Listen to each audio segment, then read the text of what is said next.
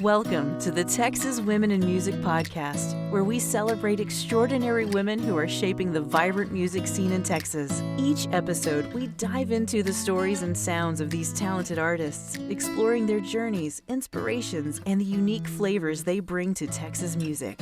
From country and blues to indie and pop, we showcase the diverse talents and voices driving innovation and creativity in the Lone Star State.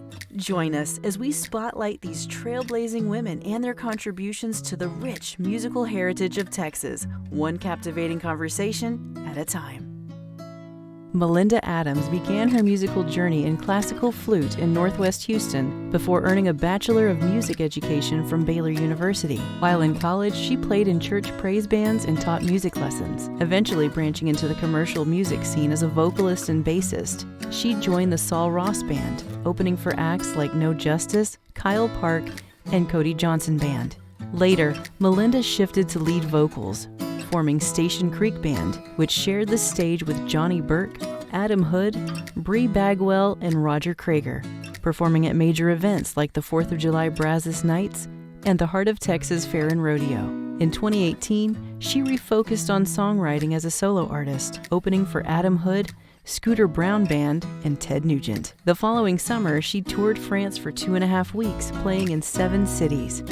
Inspired by legends like Aretha Franklin, Linda Ronstadt, and Wynonna Judd, Melinda pours her deep love for music into every performance.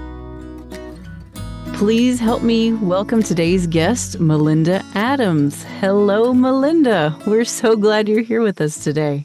Hello. Happy to be here. Thanks for having me. Absolutely. So let's dive in. How young were you when you started flute lessons? Oh, gosh. So I was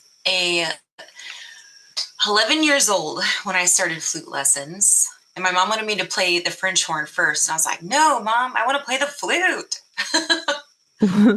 Yeah, it's a nice instrument. Yeah. When did you realize you also had vocal talent? So weirdly enough, not until later at the end of college or after college. When I did my student teaching, I would always sing to my students, and they're like, Miss Adams, you should be on The Voice. I was like, y'all are funny, grow up and be rich someday or something. I don't know. But not till after college. And so I started singing with some churches around town, and then it just kind of grew from there. I was like, man, I guess I can do the thing. Yeah. And do the thing you do well. Appreciate that. When did you add in the guitar, bass guitar, and keys? Great question. So all at different sporadic times. Keys, was something that we had to learn in school. It was you better learn this or you don't pass kind of thing. So we're like, I guess I'll learn the scales and all the things. And then, so bass guitar was picked up as there was a band that needed a bass guitarist. They had been through 3 or 4 different bass players. And I was like, I had just graduated with my music degree. And I was like, I took string methods, how hard can it be? So this flute player went and bought a little $250, Fender jazz bass. And it wasn't anything expensive. It was super cheap. And I got this little bitty rig, and I was just like, I'll learn bass, So I picked it up and just kind of did self-taught along with what I had learned in string methods. And I probably have some bad habits, not going to lie. But yeah, so I started doing that, and then it just sort of progressed from there. And then they were like, can you sing harmony? And I was like, sure, why not? So I started doing that for a few years. And then, after that kind of slowed a little bit, I ended up picking up guitar after that, and sort of just learning all the basic open chords. And then, I started learning some of the bar chord stuff. I still cheat music capo though, so there's that. Yeah, why not? Yeah, efficiency. Yeah. What or who inspired you to pursue music performances? I would definitely probably say one of my high school band directors, Mr. Skip Martin. He was just a super full personality. If you ever met him, and if anybody's listening to this that I went to high school with, then they know for sure. But yeah, Mr. Martin was just one of a kind. He lit up a room when he walked in, and he just made you feel like music was where it's at. It's what you're supposed to do, Well, with a name like Skip Martin, I mean, that's a pretty Exactly. cool name, right? It Yeah. belongs in music. Yeah, he was actually a clarinet player first, and then he sort of like picked up flute and all the other woodwind instruments, and he could literally play pretty much anything. Oh my So, gosh. yeah. Who are your biggest musical influences? Like, is it Mr. Skip Martin or? Yeah, I think he definitely played a part. Influences on the vocal side, I would probably say I leaned more towards like Aretha Franklin and some Motown stuff. That's what I grew up Yeah. listening to. Like my mom was a big Motown person. And so we listened to a lot of that, like some Lionel Richie, Earth, Wind and Fire, that kind of stuff. A lot of groove, which is makes sense why I picked up bass because I like the groove. There you go. Any close friends or family members? No, honestly, I'm kind of the black sheep. Like, I have, yeah, my mom is a teacher now. My dad is a chemical engineer. And so both of my siblings were like sporty and athletic. And then here I am, like this music nerd. So it just kind of happened that way. I'll Well, claim it though. yeah, of course. Music is a science, right? Yeah, exactly. Exactly. That's awesome. We're going to take a quick break, but we'll be back with Melinda Adams.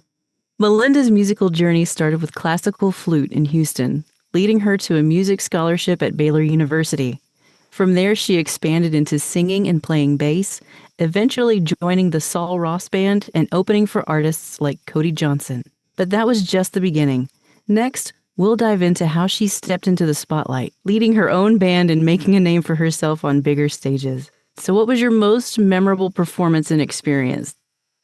Most memorable performance. I would say so. I guess it's different on bass and on vocals. So on bass, it would definitely be when we opened for Cody Johnson. I think that was crazy. I mean, there was thousands of people. The AC could barely keep up, so it was like super hot in there, and like they could barely keep up with all the beer. It was insane. It was just super cool show. That was at the Melody Ranch here in Central Texas, and then on vocals. I would definitely have to say a couple venues that we played in France that I have never, I mean, we have listening rooms here, but I have never had a more engaged audience that was so appreciative of the music. I mean, and like half of them couldn't even understand all the words, Yeah. but they were so engaged. Like it was just like, oh my gosh, if we had listening rooms like this, back in Texas, man. Yes, Yeah. yes. So, how do you mentally prepare for a live show? Oh man. So I have, this is gonna sound so funny.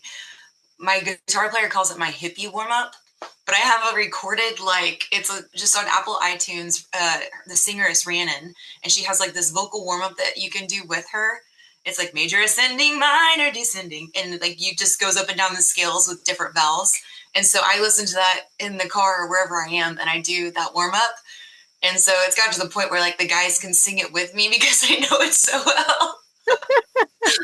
So, but it's kind of fun. Yeah. Yeah. So, how do you plan your set list for a live show? I think that's probably largely dependent on the audience and the venue. So, like, based on the type of venue and who's going to be in the audience, is it family friendly? Is it a beer drinking crowd? Are we indoors? Are we outdoors? Is this like, let's shake it up, or are we playing at 3 o'clock in the afternoon? Yeah. So I think that definitely changes what we put in the set list depending Okay. on where Yeah. we're at. Yeah. Right. Who are your favorite musicians to play with? Oh man. Well, I think my guys for sure. I mean, Curtis Bell, he's my drummer and my other half. So definitely got to put him as the number one. Yeah. So we played together and separately. We both play with other bands as well. Oh. And then the guitar player, James Martin, he's been playing with both of us for, 10 years. 10 years with me, and then he and Curtis played before we met too. So a long, long time. And then Jared's played with us probably 8 years. Oh, So wow. Yeah, that core group, we've been together a long time. We kind of have the jelly, so it's one of those things where you can look across the stage at somebody and know exactly what they're thinking and know what they're going to do next. And it's a good groove. We have the jelly for sure. And then I would say the other group I play with, I play bass with a group called West Davis and the High Water, and that's a really fun group of guys, and they've become really good friends. So that one is definitely it's a very good hang. we all enjoy playing together, having fun together on stage, and then we enjoy drinking together afterwards too. So there you go. Yeah. So James and Jared, they're kind of readily available. Is that the whatever? Yeah, they kind of. It's sort of I'll basically I've got to the point where I'll just shoot them out a text and like, hey, I have this date coming up. Are you guys down to play it? And like either they are or they aren't. If they aren't, we go to plan B. If they are, we make it happen. Right. So what is it like working with two single guys? Oh, only one is single. James is has been with his other half, Monica, for probably like 15 years. Oh, okay. So she's basically part of the band too. That's awesome. Jared is married, separated, not sure. Have you had any interesting or funny fan interactions? I don't know why, but when I play like family friendly events, kids like flock to me.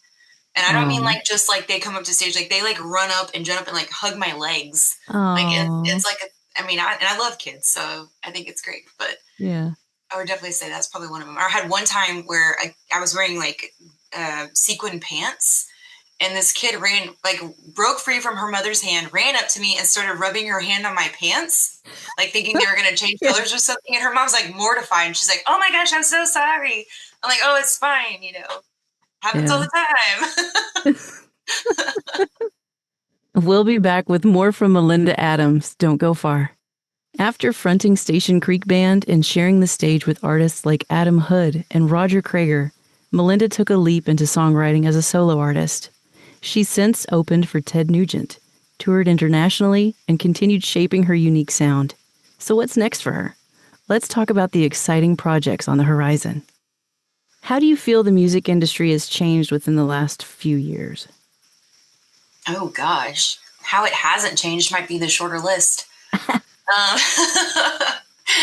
I would say nowadays with streaming like it is and with all of the new social media tools, TikTok and all of the advancements that happen every day, I think in addition to being a musician and an artist, you also have to be a marketing influencer, and you have to create content, and you have to stay relevant. It has to be so much content put out per week. And I think that's definitely weighing on artists who are gigging full time, for sure. Yeah. A lot of pressure. Yeah. What's something about the music industry most people don't realize? Oh, gosh. We make no money off streaming. I think a lot of people don't realize that. Like, oh, you wrote music, you'll make money off it. No, not really. we make money off shows, tips, and merch. Oh, gosh. Buy tickets, pay a cover charge. Don't complain. Just pay the cover charge. Suck it up, Buttercup. Pay for my gas. No, I'm kidding.